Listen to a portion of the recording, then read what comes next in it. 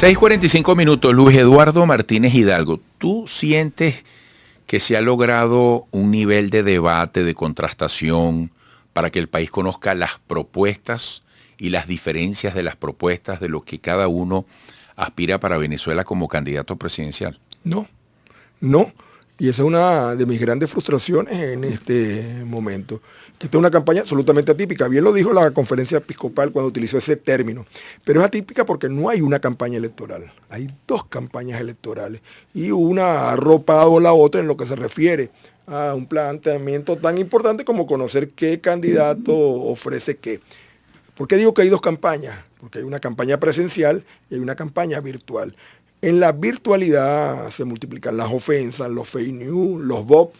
Yo a veces, que tengo algo de tiempo, me pongo a revisar los hilos y entonces me encuentro con cuentas que tienen un seguidor, dos seguidores, que la abrieron ayer, que la abrieron un minuto atrás, que son evidentemente bots que se utilizan y nadie cuestiona el que eso sea así, porque es muy fácil verificarlo, para la denigración, para promover el odio. Esa es la virtualidad. En la virtualidad no hay propuesta. Además, en 240 caracteres es muy poco lo que tú puedes señalar, a pesar de que ahora la certificación de algunas cuentas te permite escribir un poco más. Pero en la virtualidad estamos marcados por la promoción del odio y del enfrentamiento. En la presencialidad, en cambio, hay una realidad muy diferente. Y quienes hemos recorrido el país como yo, puedo dar fe, yo puedo jurar aquí, frente a esa cámara que transmite mi imagen, que en la presencialidad es otra situación completamente distinta. Insisto, yo me metí en Petare y caminé ese sector hace unas 3 semanas y no hubo ni un solo grito, ni una sola ofensa, ni un solo mal gesto. Pero una semana después me metí en Katia y me decían: no te metas en Katia. Hace 21 años que la oposición no hace ningún acto en Katia y la última vez que lo intentó terminó en muertos y en enfrentamientos y en disparo. Pero me metí otra vez en Katia y pasé horas y horas caminando en Katia, acompañado sí de centenares de personas. Y otra vez no eran las que andaban alrededor mío, es que en los balcones, en las casas, en las ventanas, en las esquinas, todo era cariño. Anoche, otra vez en Petare, que algún tiempo fue símbolo de lo más radical del oficialismo, eran las 2, 3 de la mañana, estábamos instalando la tribuna y los vecinos se acercaban, traían café con aquel cariño. Caramba, vamos a estar pendientes mañana de la presentación. Pero en el recorrido por Venezuela, y por eso es que estoy tan ronco, una de las cosas que también me ha marcado es eso, en Maracay, en Valencia, porque en una primera etapa hicimos, en una primera vuelta a Venezuela, fueron asambleas cerradas. En una segunda etapa decidimos, vámonos a la calle. Y en una tercera etapa decidimos multiplicar los recorridos. En Margarita, por ejemplo, hace un fin de semana, visité 10 municipios en un solo día. Los 10 municipios insulares de la isla los visité. Claro, como en una caravana, nos parábamos donde había un grupo. Pasamos todo el día.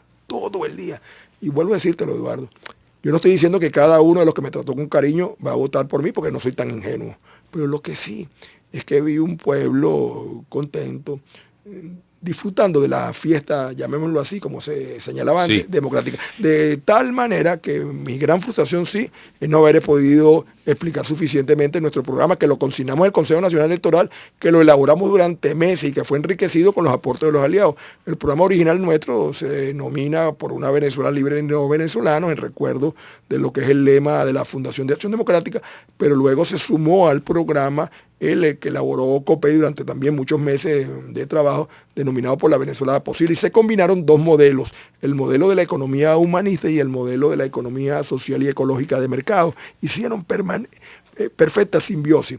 Entonces, ese programa con 20 líneas maestras, privilegiando el ingreso como forma de lograr el milagro económico, el regreso de los muchachos al hogar, la recuperación de los servicios, más y mejor educación, entre otras líneas maestras, me hubiese gustado que fuera el centro del debate. Yo, hace semanas atrás, en una carta privada, meses atrás, que se recibió, y tengo la constancia recibida por la oficina del presidente de la República, lo invité a que debatiéramos, no solamente las propuestas del mañana, sino también un poco, mire, qué ha sido el pasado reciente de Venezuela, yo soy legatario de 7 presidentes de ADE y de COPEI que gobernaron este país. Aquí está nuestra obra, nuestra gestión.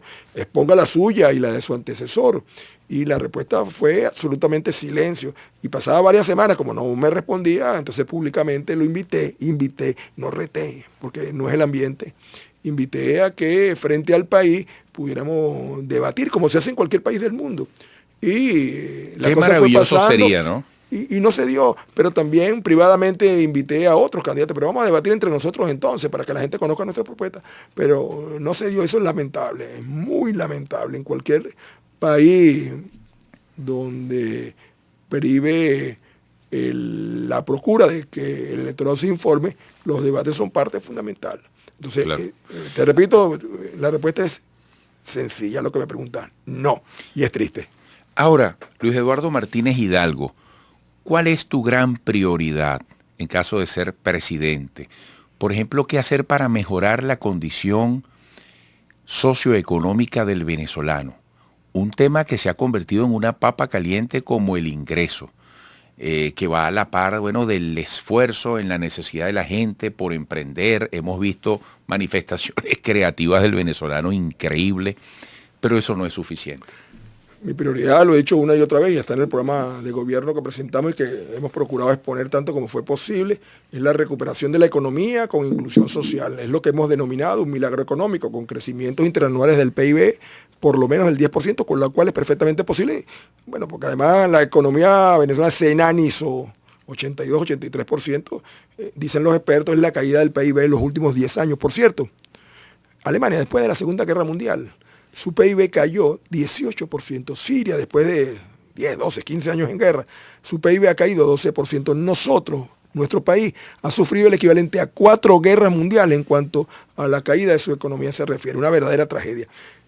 Por eso la prioridad tiene que ser la económica. ¿Cómo hacerlo? En nuestro caso estamos promoviendo lo que denominan los expertos una política basada en el incremento de la demanda agregada, que es muy parecida, y yo lo he estudiado muchísimo, a la política que adelantó Franklin Delano Roosevelt para sacar a Estados Unidos de la Gran Depresión. Y se basa, tú acabas de utilizar la palabra clave, en los ingresos. Más ingresos, mayor capacidad de compra. Mayor capacidad de compra, mayor demanda de bienes y servicios. Mayor demanda de bienes y servicios, mayor utilización de la capacidad instalada de emprendedores, pequeñas, medianas y grandes empresas, que según Conindustria en su última encuesta es de apenas el 31%. Yo he dicho de otra manera, el 69% de la capacidad productiva de Venezuela está ociosa.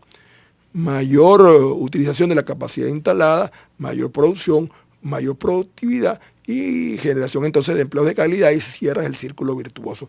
Aquí los ecuatorianos que asesoran al gobierno hace algunos años, si viniera el Fondo Monetario Internacional les diera una medalla. ¿Por qué? Porque en un país que se programa, bueno, ya ni se proclama, ya ni lo dicen, socialista, socialismo del siglo XXI, las recetas que aplicaron son las más salvajes que se han aplicado en el mundo, porque fueron básicamente vaciarle el bolsillo a los venezolanos. Con $3.55 de ingreso mensual, Haití es el país más pobre del continente, todo el mundo coincide con ese, el salario mínimo, salario en Haití de $170. Entonces, la vía de la restricción del ingreso... Vivir así es un milagro, pero ese no es el milagro económico al que te refieres. No, naturalmente, el milagro económico que yo me refiero es procurar la mayor calidad de vida de los venezolanos. Entonces, el ingreso es la clave.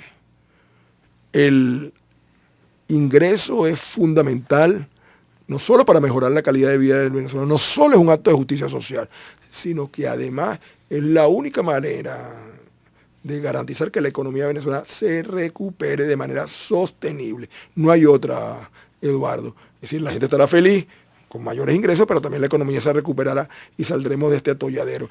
Por esa vía es imposible. Bueno, ahí está una medida que alguien como tú perfectamente puede evaluar.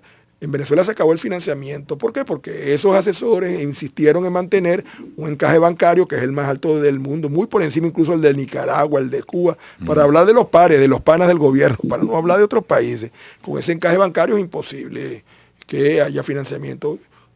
Cuando yo les cuento a los muchachos que cuando me gradué de ingeniero, al mes compré un carro de una pequeñísima cota inicial y firmé 30 giros, 30 letras, ¿y qué es eso? No lo saben. Cuando les digo que a los 6 meses compré un apartamento a 30 años a crédito, Cuando les digo que ese apartamento lo amoblé con un crédito que me dio la mueblería donde adquirí, no me lo creen. Cuando les digo que viajaba pagando el pasaje y los hoteles afuera con mi tarjeta de crédito, ya años después tampoco lo creen.